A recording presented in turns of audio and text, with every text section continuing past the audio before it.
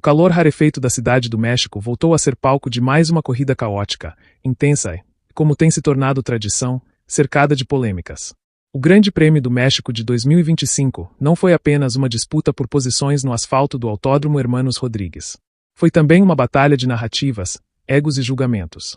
No centro de tudo, mais uma vez, estava ele, Max Verstappen. O tricampeão mundial da Red Bull viveu um fim de semana repleto de contrastes, entre a genialidade de suas largadas e as acusações de ultrapassar os limites do regulamento. Desde os treinos livres, o tom já era de preocupação dentro da Red Bull. Verstappen havia deixado claro que o carro não se comportava como o esperado nas curvas lentas e nas áreas de baixa aderência do circuito mexicano. Tem sido muito difícil. Não há aderência, dizia o holandês após a classificação. Uma declaração que soava como prenúncio de dificuldades, mas também como aviso. Quando o carro não ajuda, Verstappen tende a forçar os limites.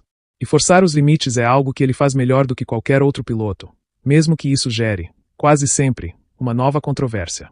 A corrida começou com aquele típico caos da primeira curva no México, uma sequência de tangentes apertadas que sempre testam a coragem e o julgamento dos pilotos. Largando em quinto, Verstappen fez o que parecia impossível. Se enfiou entre dois carros, passou por fora e, ao contornar a curva 1, escapou momentaneamente da pista, colocando parte do carro na área de escape. Ao voltar, ele já havia ganhado posições e se encontrava na briga direta pelo pódio. Parecia mais uma largada perfeita, daquelas que se tornam referência em vídeos e análises técnicas. Mas para os rivais, foi o início de mais uma polêmica. George Russell foi o primeiro a reclamar pelo rádio. Eu não entendo como 3 pilotos podem cortar a primeira curva e continuar na mesma posição. Isso é inacreditável. O britânico não citou nomes, mas todos sabiam de quem ele falava. Verstappen havia cruzado a linha branca e usado o espaço fora do traçado para manter a vantagem. A FIA revisou o lance, mas não aplicou penalidade. A decisão acendeu uma faísca que rapidamente virou incêndio nas redes sociais e dentro do paddock.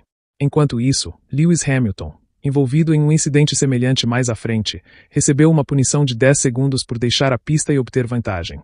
A incoerência nas decisões se tornou o grande assunto da corrida. Por que um foi punido e o outro não? Porque Verstappen escapou mais uma vez das penalidades. O caso ganhou ainda mais força quando fãs e analistas começaram a comparar os vídeos dos dois incidentes. As manobras eram parecidas, as circunstâncias também. Mas os comissários consideraram que no caso do holandês, ele havia sido forçado pela situação a sair da pista, enquanto Hamilton escolheu deliberadamente manter o carro fora. Uma explicação técnica que soou mais política do que esportiva. O resultado foi um festival de críticas. Nas arquibancadas, onde a torcida mexicana ainda tem sentimentos mistos com Verstappen após a tensão com Sérgio Pérez em anos anteriores, vaias ecoaram durante parte da prova. Nas redes sociais, a hashtag #JusticeForLewis dominou os debates. E dentro da Red Bull, o clima era de tensão, não por culpa das vaias, mas porque, mais uma vez, Verstappen estava no centro de um turbilhão midiático que ameaçava ofuscar o desempenho do time. Mesmo com todas as controvérsias, Verstappen fazia uma corrida sólida. O carro, embora instável em ritmo de corrida, mostrava-se consistente o bastante para permitir uma escalada paciente. Após a metade da prova, ele já aparecia entre os 3 primeiros, perseguindo Charles Leclerc e Lando Norris. Mas o que parecia um desfecho previsível ganhou novos contornos nas voltas finais. Na volta 70, o carro de Carlos Sainz Jr. apresentou falhas e parou em uma zona de escape, soltando fumaça. Os fiscais entraram rapidamente na pista para conter o problema, e a FIA acionou o virtual safety car. Naquele momento, Verstappen vinha em ritmo fortíssimo com pneus macios novos. Ele havia reduzido a diferença para Leclerc e parecia prestes a tentar a ultrapassagem pelo segundo lugar. A entrada do VSC acabou congelando a disputa. Às vezes o safety car funciona a seu favor, às vezes não, resumiu Verstappen após a corrida, com um tom de resignação e leve ironia. Ele sabia que aquele VSC lhe custará a chance de atacar o segundo lugar, e, talvez, de brigar pela vitória, já que Norris, o líder, enfrentava desgaste nos pneus. Mas o incidente do VSC não parou por aí. Após o fim da corrida, vídeos começaram a circular mostrando fiscais de pista, os marshals, correndo próximo à pista segundos antes da neutralização. Liam Lawson, que vinha logo atrás de Sainz, chegou a dizer: "Eu poderia tê-los atingido." Foi surreal. O caso levantou novas dúvidas sobre a eficiência da direção de prova. E, inevitavelmente, voltou a afetar a narrativa da corrida de Verstappen, que viu sua tentativa de recuperação ser cortada por uma decisão tardia dos comissários. No fim, Verstappen cruzou a linha de chegada em terceiro. Um pódio que, em circunstâncias normais, seria considerado um bom resultado, especialmente diante das dificuldades do carro e do fim de semana atípico da Red Bull. Mas, como sempre acontece quando o nome de Max Verstappen está envolvido, o pós-corrida foi mais barulhento do que o pódio. Hamilton, ainda irritado com a punição recebida, foi direto: "É meio insano. Eu recebo 10 segundos por algo menor, enquanto outros passam reto na curva e nada acontece. Se é assim, que liberem tudo então." As palavras ecoaram no paddock. Russell também não poupou críticas à direção de prova. E até alguns engenheiros da McLaren fizeram insinuações sobre tratamento desigual entre campeões e desafiantes. Dentro da Red Bull, Christian Horner tentou apaziguar os ânimos. Disse que as críticas eram exageradas e que Verstappen apenas havia reagido ao caos da largada. Ele não ganhou vantagem, apenas manteve posição, argumentou o chefe da equipe. Mas nem mesmo essa justificativa conseguiu silenciar os comentários. A polêmica estava formada. A verdade é que Verstappen parece viver uma relação cíclica com a controvérsia. Ele é rápido demais para ser ignorado e agressivo demais para passar despercebido. Quando vence, dizem que é arrogante.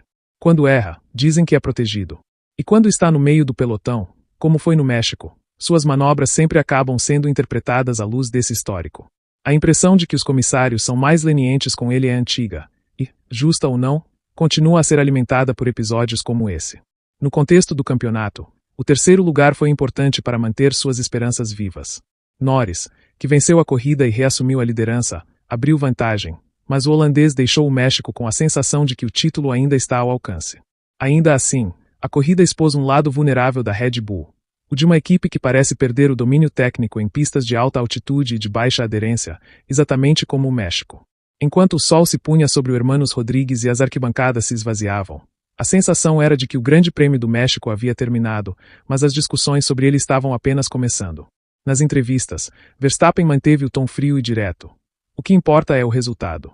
O resto, eu deixo para quem gosta de falar."